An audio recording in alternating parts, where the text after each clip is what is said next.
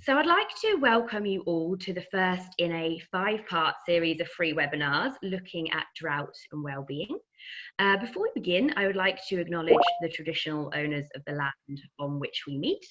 We're obviously all across the country right now, but I'm on the land of the Gamilaroi people, and I would like to pay my respects to elders past, present and future. So my name is Alex, and I'm the National Drought Coordinator for Australian Red Cross. It may not sound it by the accent, but I actually live on a farm in northern New South Wales, in between Weewar and Burren Junction, which I'm gathering many of you from New South Wales may know pretty well. So we at Red Cross run a drought resilience program, but like all of us during these unusual COVID times, it's been pretty challenging doing our support work in communities face to face. And so what we decided to do, amongst other things, is bring a 5-part webinar series where we look and do a little bit of a deep dive into drought and well-being.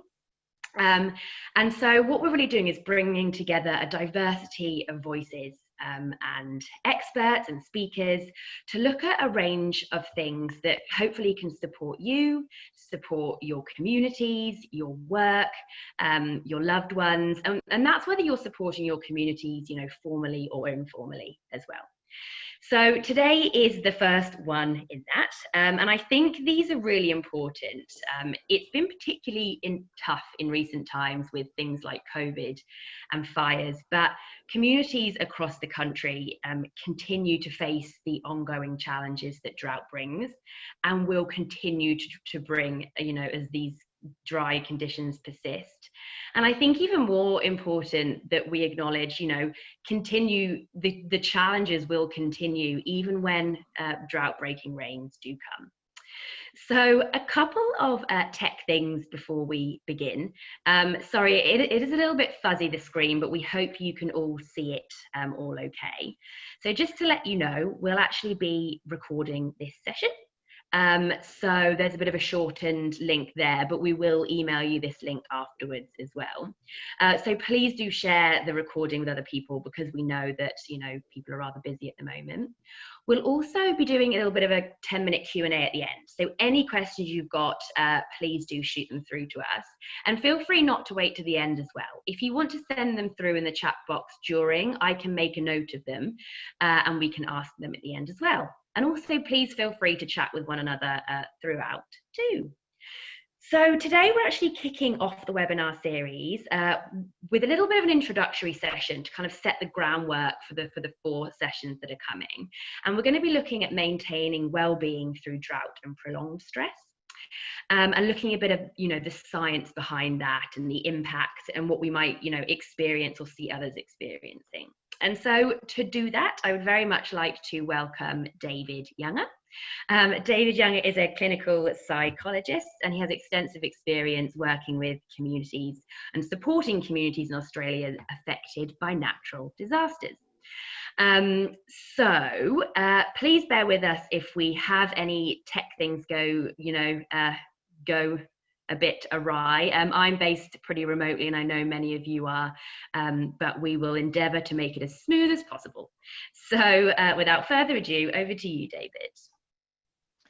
Thanks so much, Alex. And hi there, everyone. Welcome to you all from all over our wonderful country, and great to be able to spend the next hour or so with you, talking about this very important topic. And in fact, there are 3 parts to this morning's webinar. I want to share with you and talk with you information about prolonged stress. And the aim of that is to help you assist and understand more about the experiences of those in your communities, because this will then lead on to the second part of the webinar, which is just some key points about how best to provide support to community members.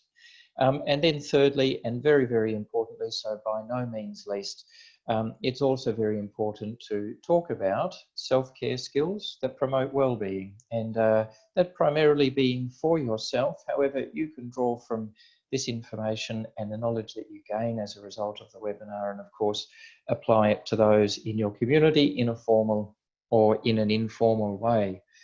Now, this first section, understanding prolonged stress. What I'm going to share with you is a three-stage way to understand the effects of stress, which starts off with health and well-being, but then the following three stages are survival mode, resistance stage, and exhaustion. But I want to share with you, a real life example and a story, and this goes back probably about 3 or 4 years ago, where I was spending time in far north Queensland following Tropical Cyclone Debbie, and of course, many of you will understand that, remember that event. And I remember one evening at the community session in a local town hall, as participants, as community members started to arrive, going up to the back of the hall where I had been asked by a woman, actually the wife of a sugarcane farmer, and the area that we were in was a very large sugarcane farming region. And she'd asked me to go and have a talk to her husband because she had some concerns about him. And I remember I wandered up to the back of the hall, and he was a really large guy, had his Akubra hat on, and he still had his working clothes on. And we started to have a chat about what was going on in his life. And, he started to tell me about this very quickly, he started to talk about a deep sense of tiredness and fatigue that he could feel in his body. But that he just had to keep going, that there was so much to do. And what he explained to me was that they had been experiencing drought for a number of years, and that it had been very tough for a number of years. And, what I could get from what he said was that even before the cyclone came, he was feeling very, very tired. And then the cyclone came, and it hit all of his farms, multiple properties, very extensive material loss and destruction. I remember he told me about his beloved dog that perished in the cyclone as well. And he told me how after the cyclone, he was incredibly stressed. He couldn't sleep. He had lots of energy in his body. He found it hard to just even sit down, but he still felt very, very tired underneath. Now, I use this as an example because it provides a really good lead into this three-stage explanation that I want to share with you, and that's best represented in this diagram here. So the science of this is actually goes back to the early 1900s, where a Viennese endocrinologist called Hans Seeley developed this three-stage model, and actually it's because of his work that we even have the word stress in the English language. Now, what we start off with is good health, or homeostasis. In other words, that everything in the human body is doing what it's supposed to do. It's in balance, it's functioning well. All the systems and the organs are sort of taking care of themselves. And they can do that because a person is not under a significant load. They're not under a significant amount of stress. The other thing to mention is that in regards to maintaining a good state of health and well-being, the body is an incredibly adaptive mechanism. And what it does, without us even thinking about it, many, many times a day, is it makes a whole series of adaptations, and the adaptations enable us to maintain health and well-being. So a very simple and a good example of this is what happens if we walk outside on a very, very hot day, having been in air conditioning. Our body will start to sweat straight away. And sweat has a purpose, of course, as you know, as it cools. As it dries, the body is cooled. And this is a homeostatic mechanism, an adaptive mechanism that helps keep the body within a finite temperature range and helps maintain, well, one aspect of health and functioning.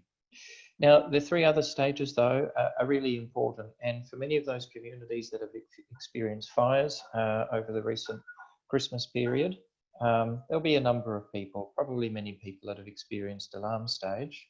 But what I'd mention also is that there will be many, many people in drought-affected communities that have been experiencing and continue experience resistance stage. So what I'll say is that alarm stage, which is equivalent to survival mode, represents the body making a huge adaptation. Think about fight, flight, or freeze. You've probably heard that phrase before. And this is a specialized state of physical functioning that enables a person to adapt to face a significant threat, like a fire or like a cyclone, as had been this Queensland farmers' experience. Now, ordinarily, when the big threat has passed, like a fire or a cyclone, people's bodies return to a state of good health and good functioning. However, that doesn't always happen. And after disasters, quite frequently that doesn't happen. And the reason that doesn't happen is that there are many, many challenges that need to be faced. Now, I'll make a point here, which is that you don't have to go through a really big disaster like a fire to go into resistance stage. In fact, we know and understand well that many communities and people who experience drought essentially are in resistance stage. And resistance stage is a different state or a different level of stress. Think of alarm stage as running a 100-meter sprint where you're fueled on adrenaline, and compare that to resistance stage where you're running a marathon. You have to just keep going, and then you think you get to the end of the marathon, but someone tells you you need to run another one, and your body is already starting to run low on energy. Resistance stage, we know physically, is driven by cortisol. That's a different chemical in the body as opposed to adrenaline. And in fact, it's a stress hormone. And it's a stress hormone that gives people access to energy that they wouldn't otherwise get access to. So it's something that the human body draws on without people being aware of the fact that it's occurring. And it enables people to continue to face multiple demands, often problems now and challenges. Now, what I want to bring into this is to say that what keeps people in an ongoing resistance state of stress, apart from needing to face continual challenges, is their view or their perception of the level of threat or the level of risk. So if I'm a community member like that Queensland farmer I mentioned to you, who has found that the cyclone has passed, however, he's got all of the sort of the cleanup associated with the material destruction of the cyclone, as well as what already existed in his life as a result of the ongoing drought, he's going to be thinking that not only are there many problems, but there are many, many threats that lie ahead. For example, there might be threats to his financial situation and his family's financial financial status, and that will be enough to keep him ongoing in a resistance state of stress. Now, even though the body is very, very good at adapting and enabling people to do what they need to do, the issue and the problem with the resistance stage of stress is that it uses up energy reserves in the body, and we don't have an endless supply of energy. There actually is only so much there. So I've got another analogy here for you, or another description, and that is of a car with two fuel tanks. You know, the four-wheel drive, for example, where you have the LPG main tank, and then you've got normal petrol, the backup. And think of something like going into alarm stage as using up the first quarter or the first half of that main tank, but that then there's a transition into resistance stage. And at that point, a person is, because of the ongoing challenges and difficulties, they then end up using the rest of the fuel in that main tank, the LPG, they use it up. But then because there's so much to keep working on, there are so many ongoing challenges, the body makes a transition and it starts using the fuel that is there in the backup tank, the petrol. And this is resistance stage. It's going through the main tank. Resistance stage then involves starting to use up the energy in the reserve tank there. And as this process is underway, people start to become increasingly tired. But there are a whole series of other changes that take place for people generally too, that relate to health and well-being. And I'm sure for those of you out there in the community and working with communities, you're hearing many, many stories from those that you come across in regards to health and well-being impacts. And I think what we need to mention here is that every time there is an event, there's a cumulative effect in regards to the build-up of stress and the depletion of energy and vital reserves in the body. So if there has been drought for a period of time, and then there is bushfire, and then there is COVID, you know, these are like three shocks that affect the system and a person's body and drive them deeper into the resistance stage. Now, the point that we don't want people to arrive at, which unfortunately does happen sometimes, and it can be a matter of a year or two down the track, is exhaustion stage. And this is a stage where people are incredibly tired, deeply, deeply tired in their body, right down to individual cells, they're feeling tired. And what's happened physiologically within a person is they've used up all of the available energy. And what I'll bring into this, and I'll draw a link with it shortly in regards to self-care and well-being, is that if energy reserves aren't replenished, if they're not built up, if those fuel tanks that are being emptied are not filled up from time to time, eventually a person will arrive at a point of becoming completely empty, and many of the systems and the organs in the body start to break down. And this is where the susceptibility to illness and health issues really starts to take hold. So this is absolutely the point that we don't want people to arrive at. We want to adopt a preventative approach to maintaining health and well-being. But even if people do reach exhaustion stage, it's absolutely possible to regain healthy functioning. It's just that it takes some time, a lot longer than a weekend off work or a week off work, or 2 or 3 weeks of improved sleeping. It usually takes some months.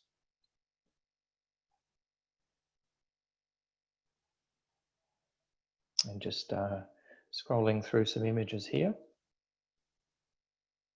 Now, some signs for you when you're out and about and you're spending time coming into contact with, connecting and supporting community, who are having a tough time and working through tough times. Here are some signs of protracted stress, and we often think about these, or as prolonged stress. We often consider these in different aspects, so an emotional aspect, a physical aspect, a social aspect, and an existential aspect. So we'll often hear people talk emotionally of feeling very numb, or reverting back to what we call the more primitive emotions, also feeling helpless, a fear of reoccurrence. People are anxious often, and they're often fearful and scared of another difficult, challenging event coming about. Physically, we'll see a mixture of reactions and responses in people, from restlessness and agitation and being unable to relax to being very fatigued and tired. Typical example is someone coming into the living room and sitting down on the couch at the end of the day and drifting off to sleep very quickly, falling asleep on the couch.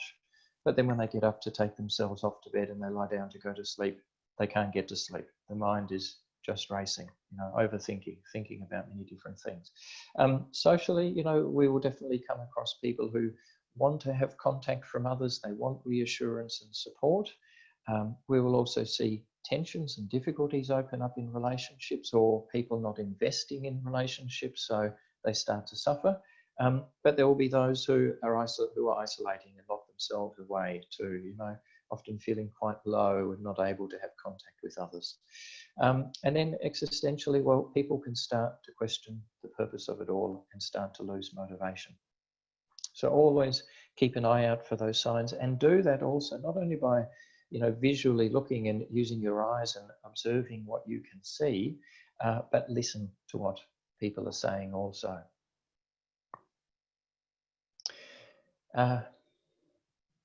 All right, I think I've just accidentally skipped past a slide. And so some of the things that prolonged stress, being in a prolonged stress state, can result in, which is really important when you think about what people are facing and the continual and ongoing challenges that they need to overcome and accomplish. Well, we know that a prolonged high state of stress affects not only physically a person's health and well-being, but affects a person's brain and brain function. And so people they will have a reduced or even lose the capacity for problem solving. Their ability to think creatively, to solve, which is a necessary tool for solving problems, and to plan into the future becomes significantly affected too. They're stuck in the moment, focusing on challenges and difficulties. We also know that people will become a bit harsh in their judgments and jump to conclusions, and become critical as well, and that there's an ongoing tendency to continue to look out for the threats, the problems, which actually is the mind and the body doing what it's supposed to do. It's trying to keep a person safe, but unfortunately it's not at all helpful for many of the challenges and the difficulties associated with working through drought, working through a bushfire experience, or working through a health pandemic like COVID. So life becomes all about the problems, and it can become all a bit mundane.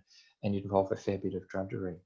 So that's some of the underlying theory, I guess, to understanding a prolonged stress state. So think about these four main components, which starts off with health and happiness, good health and happiness, where everything in the body is working in the way that it should, and that a person essentially is within their relative comfort zone.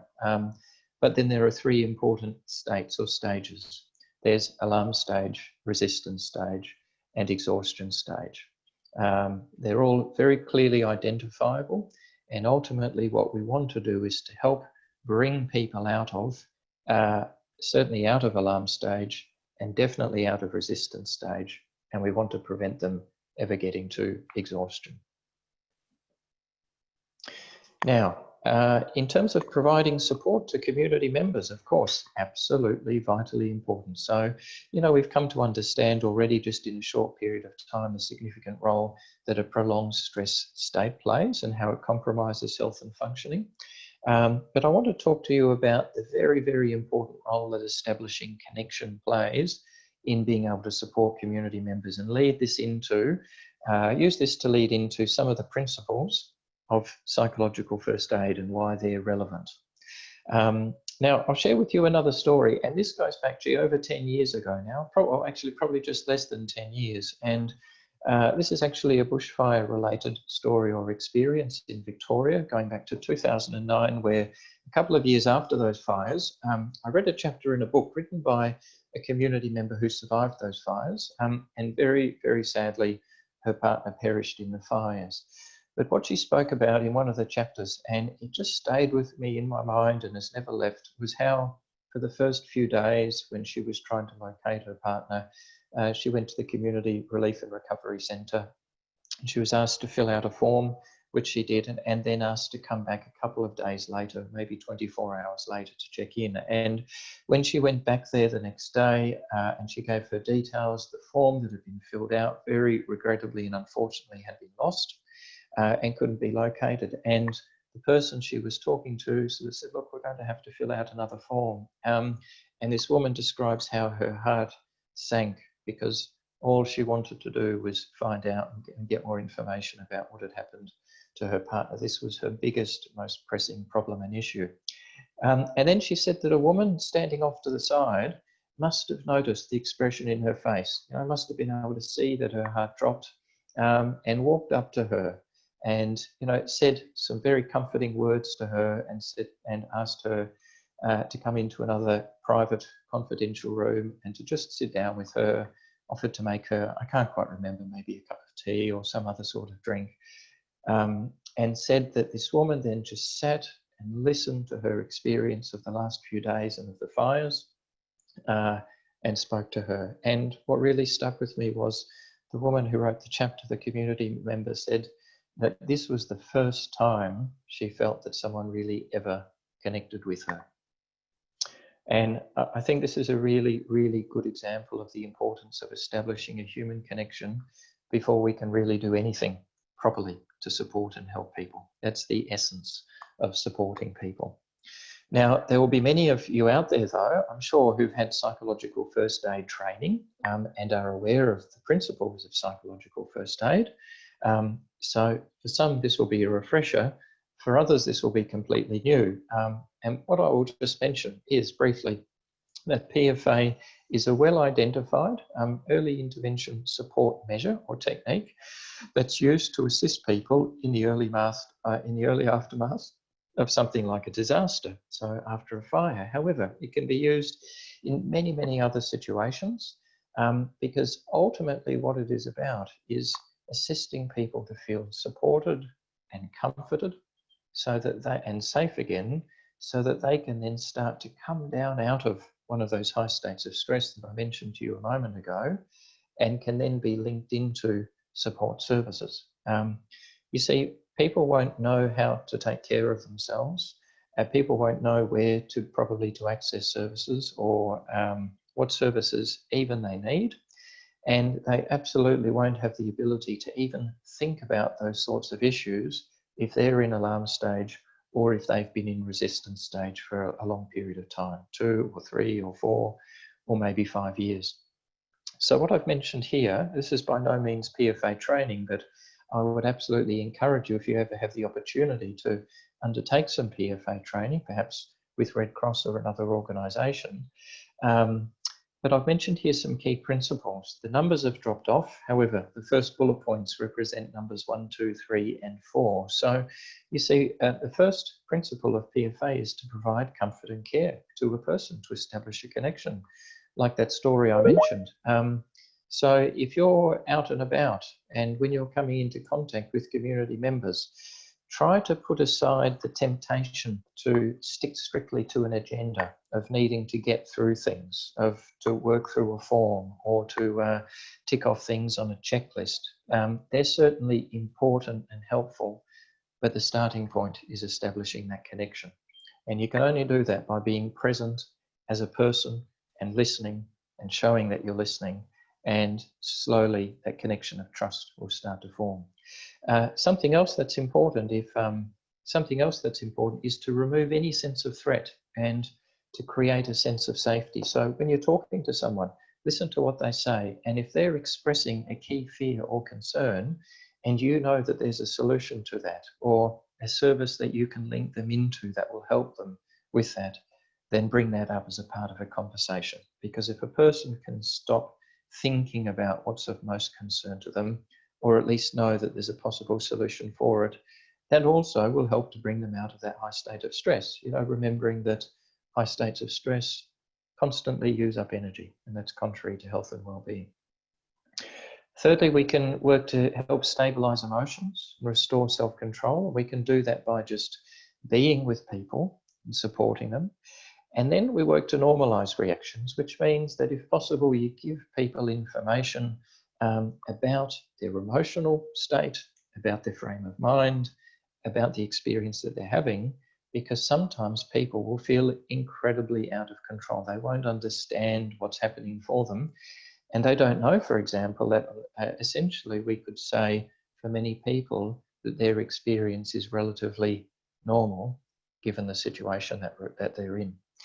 Something else that we always work to do as a part of PFA is to provide information, relevant factual information, written information, information from websites and other resources, but also just verbal information, you know, that you know and understand well. Use that in conversation and in talk.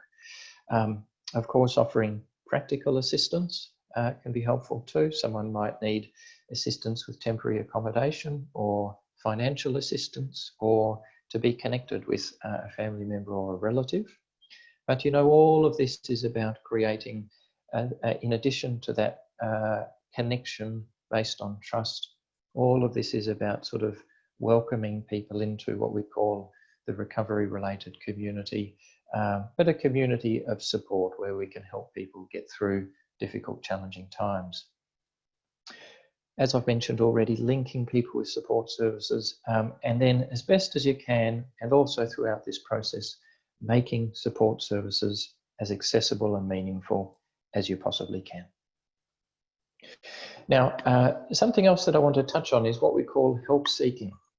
And, you know, often we don't stop to think about this, but when people are struggling, when they're having difficulties, and they're coming across ongoing challenges, and we on the outside can see that their health and well-being is suffering, they don't necessarily see that. In fact, often they don't see that. And, you know, if I just link back to that high state of stress for a moment that I was talking about, you would have heard me say that when people are stressed, what they do is they have a tendency to continue to focus on the problems and the challenges. And you see, when this happens, people have lost awareness of themselves. They've lost awareness of their health and well-being. They don't notice that they have high blood pressure. They might not notice that they have a heart palpitation, or they have shortness of breath. Their mind is just typically racing with or stuck on the challenges and the difficulties that need to be worked through. So this help-seeking section is about why we can't assume people will automatically seek help, and therefore why it is so important that whether you're in a formal supporting role or in an informal supporting role, you have an understanding of this, so that you know, you can take a few steps, say a few things, that hopefully will raise people's awareness by bringing them back into contact with themselves. So the first point, as I'm mentioning here of help seeking, is that people won't automatically seek help because they don't have an awareness of their own distress, their own ill health. Secondly, there are what we call social influence processes, in the post-disaster or the ongoing disaster or drought type environment. And one of the biggest social influence processes is that of stigma. I'm not going to go and talk to the doctor. I'm not going to go and contact the case manager, and I'm certainly not going to go and talk to a health professional. Many people, especially in smaller communities, they, for whatever the reason happens to be, have it built up in their mind that they don't need to do that there are people worse off than them, that their situation is not that bad, or that it's a sign of weakness to go and seek help and ask for help. But what we need to do is just in a very kind, caring and supportive way, help people come to understand gradually, it's not a sign of weakness. It's okay to be having a challenging, difficult experience, but that part of being able to work through is acknowledging that, I might not be able to do this ongoing indefinitely into the future. And if I try to, there's a pretty strong chance that my health and well-being will suffer. And just a third aspect that's very, very important in regards to supporting community members is communicating with them, how to communicate with them, and in particular, how to communicate with people when they're in that heightened state of stress, whether that is that alarm stage or whether that's the resistance stage. You heard me mention just a few moments ago that when people are in a high state of stress, their brain functioning is different. Adrenaline and cortisol, those two chemicals I spoke about, affect brain function in such a way that people can't interpret information as easily as what they ordinarily would if they weren't in that high state of stress.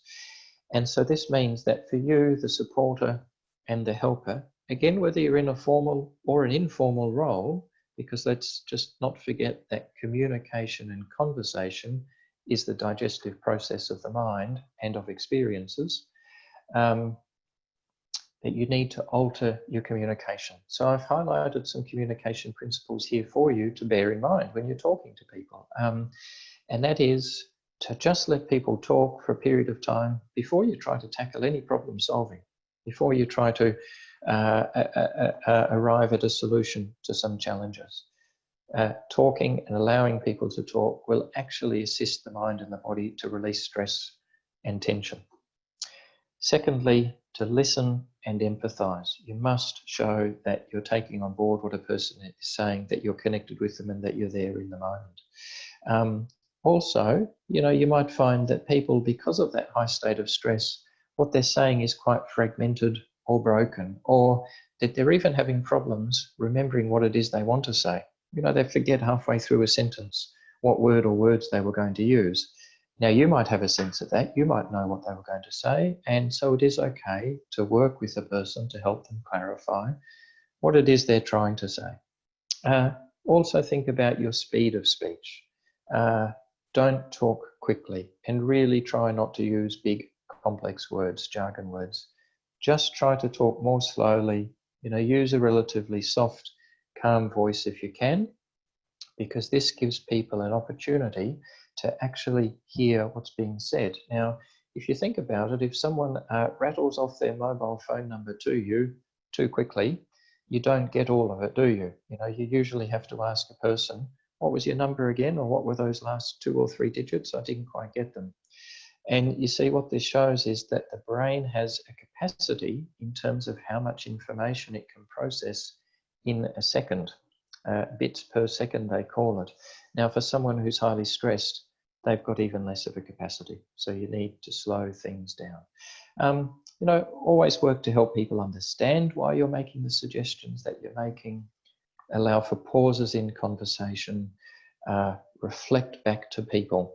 Just sort of paraphrase certain things or small things that they say. So an example would be, okay, yeah, that sounds like that's been incredibly challenging for you, you know, I think what I get from what you're saying is, and then you just give them a paraphrase back of what you've heard. That shows that you're listening and that you're invested and you're checking to understand you've got it right.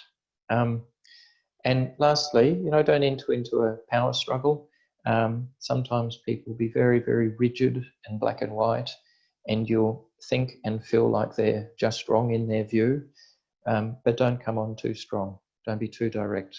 People in high stress states, certain people and certain personalities will be prone then to enter into an argument, and what that will do will be completely derail the opportunity for establishing that connection that is so important to being able to come back and work with people throughout across the duration of the long term, you know, working through things and working through challenging, tough times.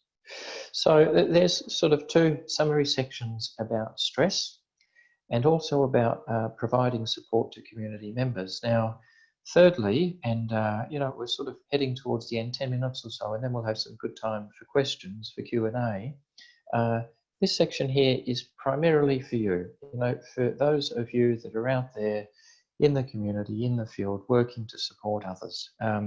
However, you can take from this information and share it with people that you're working with too, to encourage them to adopt self-care skills, self-care techniques, and to manage their health and well-being. Now, here's another analogy for you about the importance of self-care, because it is all too often overlooked, and that is of the oxygen mask in a plane. So, you know, of course, when we fly interstate or overseas, there's always the safety warning at the beginning. And one of the things that we get told is that if there's an emergency and the oxygen masks drop down, that we must put that oxygen mask on ourselves first before trying to tend to others. We have to preserve our ability to function well before we can look after and support others in that sort of situation. And exactly the same principle applies when you're working in a prolonged stress environment, you know, and that's because the nature of the work is demanding and it's challenging, and it runs the risk of putting you into that resistance stage of stress. That's perhaps the biggest risk, because you come into people, go into contact with community members that are highly stressed. You often listen to very confrontational stories, so you get direct and indirect exposure to traumatic information, potentially. And if you live and work in a rural community, the chances are that you know people, that you're very invested in the community, and that you're very committed to the work that you do. So that actually means there's an increased chance of personal and professional boundaries being penetrated, because it makes it a bit harder to switch off and to keep work-life boundaries in place. So these, you know, these principles here that I'm going to outline to you are for everyone. It is important to make a link back to the states of stress.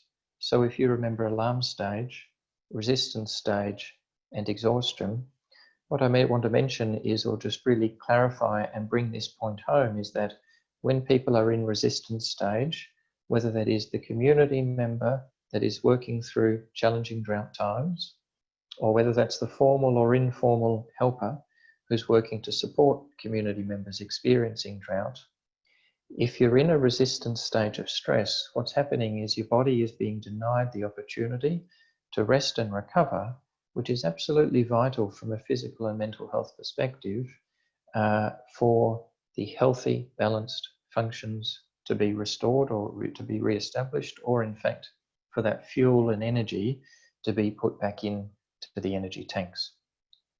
So really, this section is all about encouraging you to develop for yourself, if you don't have them already, a good collection of self-care techniques that you use, because what self-care techniques enable when they're working well is disconnection from the nature of your work, and they enable people to, one, enter into a different headspace, a different mindset, where they're free of and disconnected from work-related issues, but they also enable the body to replenish those energy reserves. So just to be clear on the use of the phrasing here, because they're often used interchangeably, well-being is actually a state.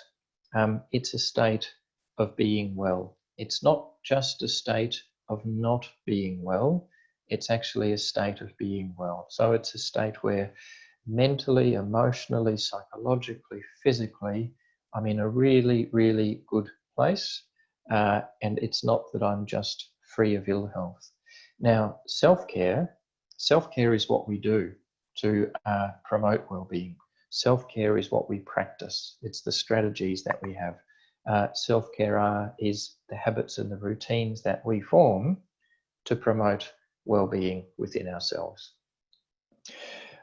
What I mention to people is, because this is an area that is really important to me and of high priority, because I've seen all too often over the years community members become incredibly tired and burn out and reach exhaustion.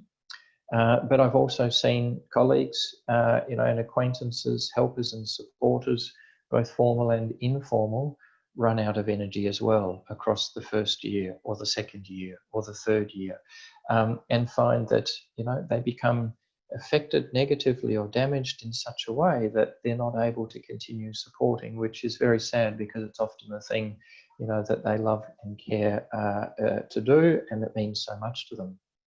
I just want to emphasize too that self-care skills, it's not a case that you have them or you don't, or you can do them or you can't. They can be learned and they can be strengthened over time. And as I've mentioned, or sort of I'm leading into, once your self-care practices are in place, and once they're habits and once they're regular, what you're actually doing is you're setting yourself up to reduce the chance that you end up experiencing that prolonged or that protracted period of resistance stress. So it really is about enabling the body to return back to its comfort zone on a regular basis. And this is all about helping preserve health and functioning for the duration, for the long term. Now, what's really, really interesting is that the scientific research has become very, very clear over the last 10 to 20 years, in fact, and it shows that there are a whole series of self-care strategies that actually contribute to stress tolerance. So you see, it's not even just that self-care strategies help reduce stress levels, it's actually that some certain self-care strategies actually help prevent people getting stressed in the first place. And so I've included some examples here, and you can see today 4 key strategies I've highlighted here. For example, relaxation techniques and mindfulness, cognitive reappraisal and optimism, healthy living, which, by the way, involves such things as moderate use of substances, healthy physical activity and exercise, and also ensuring that good sleep quality is achieved, and then grounded and supported, which it really relates to having a well-identified sense of who I am, what I stand for, what my values and beliefs are, and using them to guide me in my work. Now, I've put together a 2-page handout which contains website links and also the names of free apps that can be downloaded, each of which has a relationship to or relates to one of these 4 key strategies that I've mentioned here. And when Red Cross sends round the link for the recording for this webinar, there will also be a way for you to access that particular self-care resource handout. So if you'd like further information, if you'd like to go to a website, or if, for example, you'd like to download an app that will teach you some relaxation techniques to help you de-stress at the end of a day before you go to sleep, or if you'd like to download an app that will take you through some mindfulness techniques, then that information will be there for you in that resource. Now, one of the other points I emphasize is that there should be shared individual and organizational responsibility. It's not up to only one or the other. It should be a joint responsibility, and I really feel that organizations should encourage and support individuals to take a preventative approach to self-care, but that individuals also must not be reliant on an organization to drive the process. I won't go through all of those points. I'll let you read through those, because what I've then done is summarized for you top tips for self-care here. And I'd like you to remember that the foundation here of self-care, the essence is leisure and pleasure. You can remember that phrase or that mantra, leisure and pleasure, time out.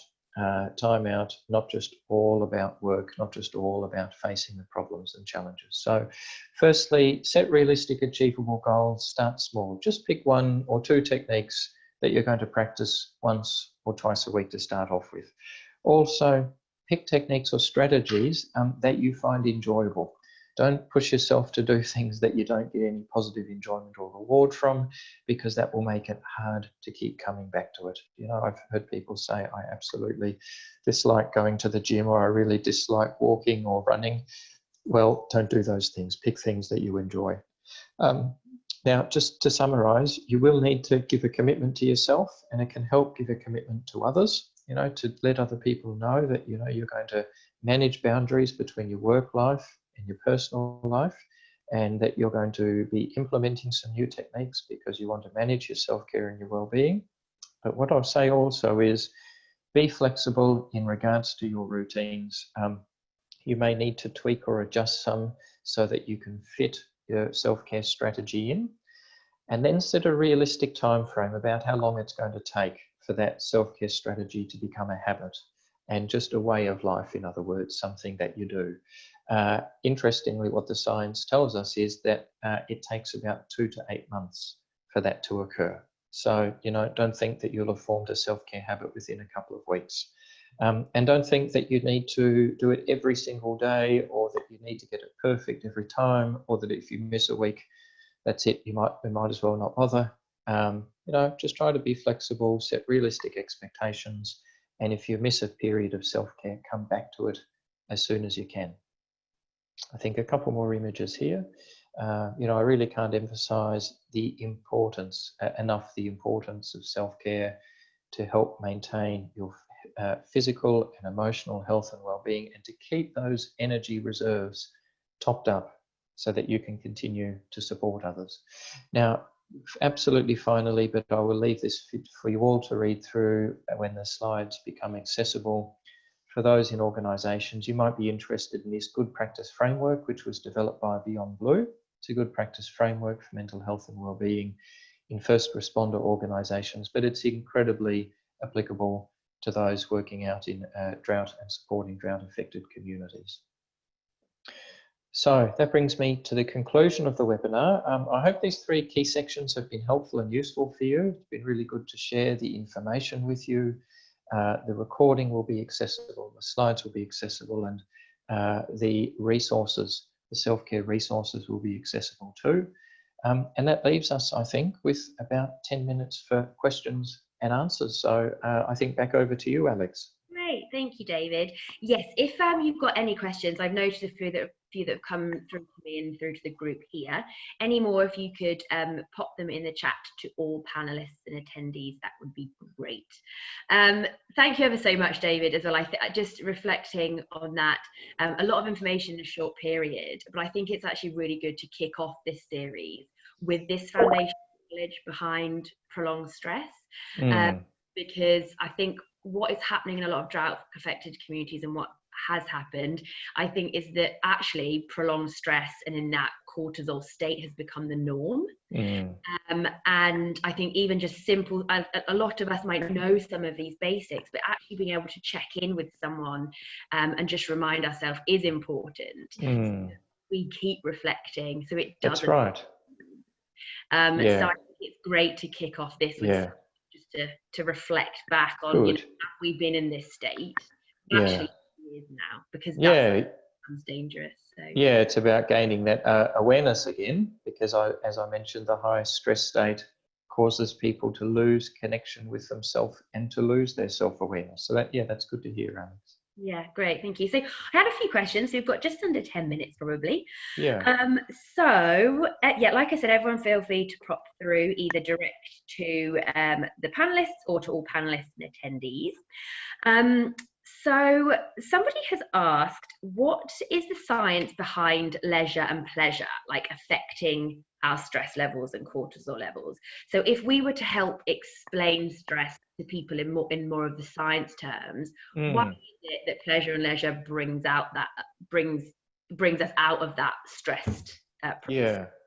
Well, I think there would be a number of different ways to look at it, but looking at it from the context of drought-affected and disaster-affected communities who, as you mentioned, Alex, have probably reached a state of cortisol state of stress being the normal.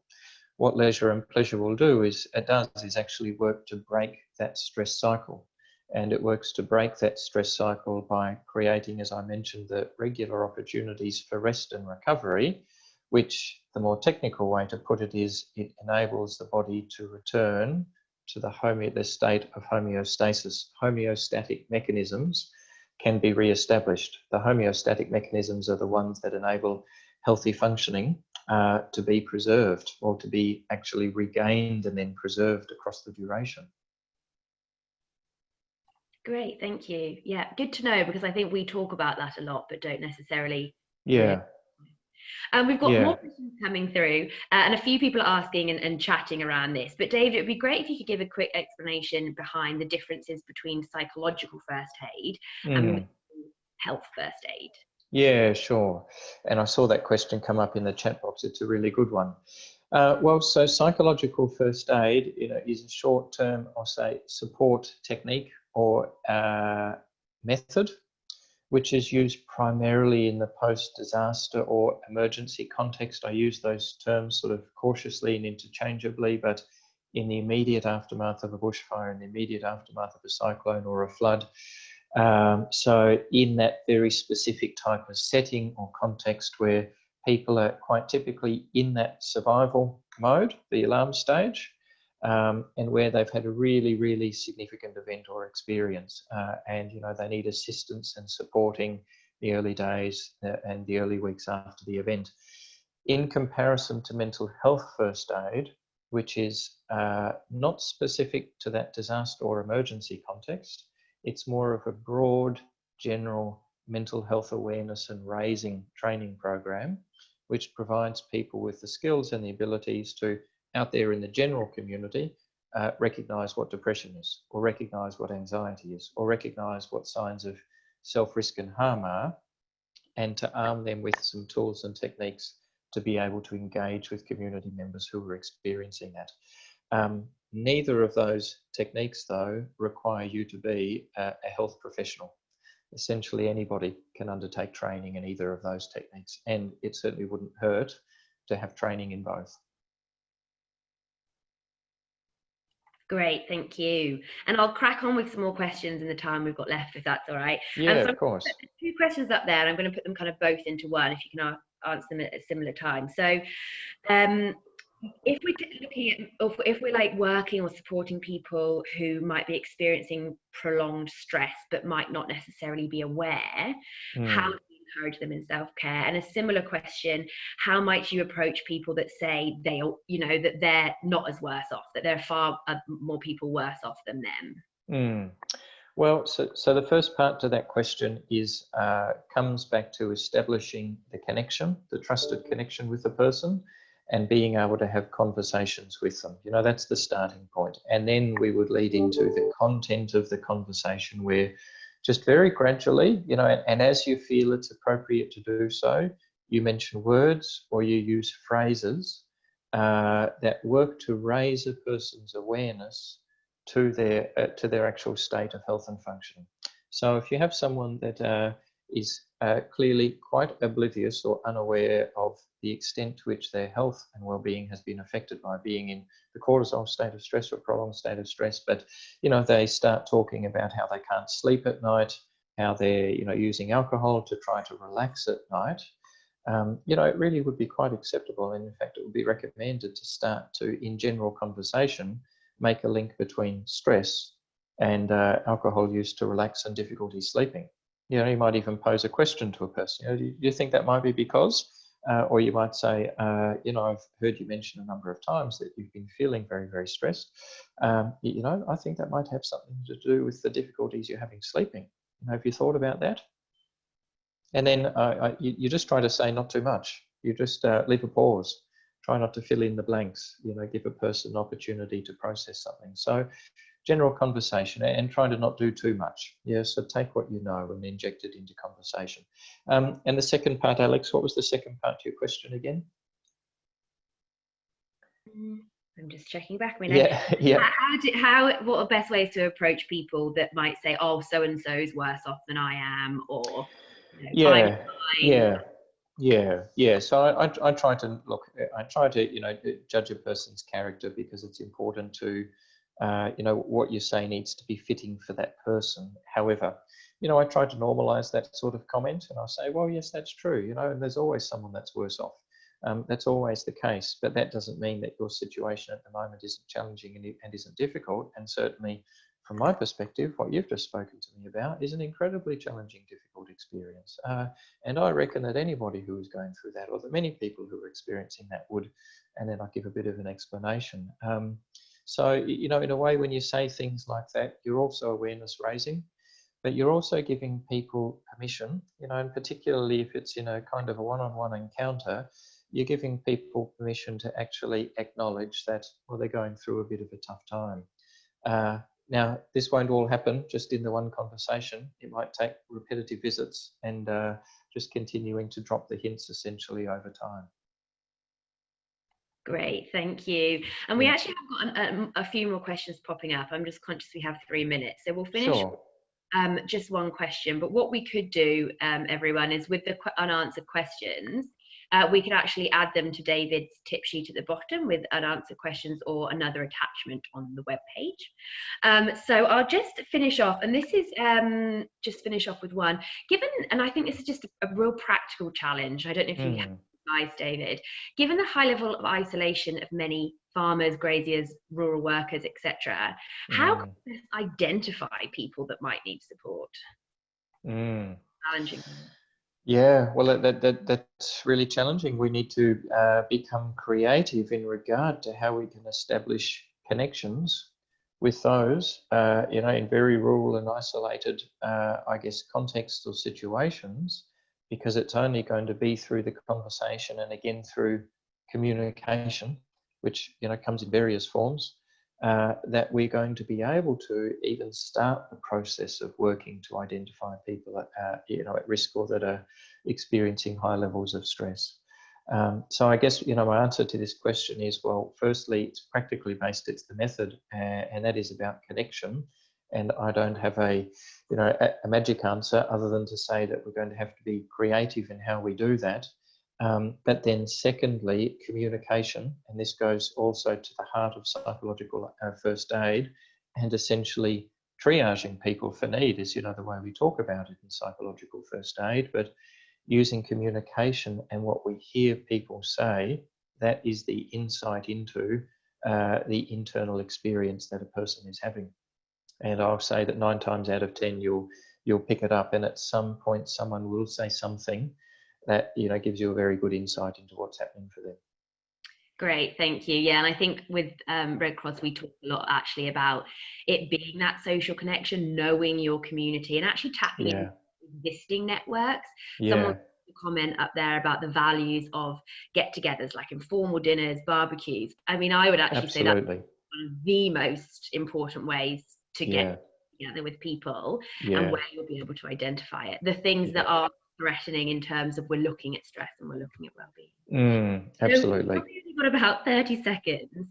We'll look at a way to answer some of those questions, but we have got 4 more webinars coming up, so we can pose some of those questions through those as well. So I first of all want to say a massive thank you to David for coming. That was really valuable, and also to everybody for attending. I really hope it was useful both professionally and personally. And we really hope to see you at a future webinar. If we can just click on to the next slide. So we have actually got a variety of things that the Red Cross program does offer in relation to things that David's been talking about. So please do type in Red Cross Drought Resilience Program, and we'll also send you the link in a follow-up email. just a couple of points to finish on, and if we go to the next slide, there we will send the recording out to you, and please do register for future webinars where we're going to take a real deep dive into drought and some of these issues. The next one's actually on Wednesday the 1st of July and looks at the drought cycle. So, you know, how rain comes and rain goes and what the media interprets and how we might feel at different stages. And also looking a little bit around adaptation and the psychology around adaptation. We'll send you an email, and also if you can spare just 60-90 seconds to do a survey for us, just to give your feedback, that would be very much appreciated. And like I said, any questions, please send them through to drought@redcross.org.au. But once again, thanks ever so much for everybody attending, and thank you ever so much, David, and hopefully we'll see you. Thank you. Thanks, everyone. Thank you. Bye-bye.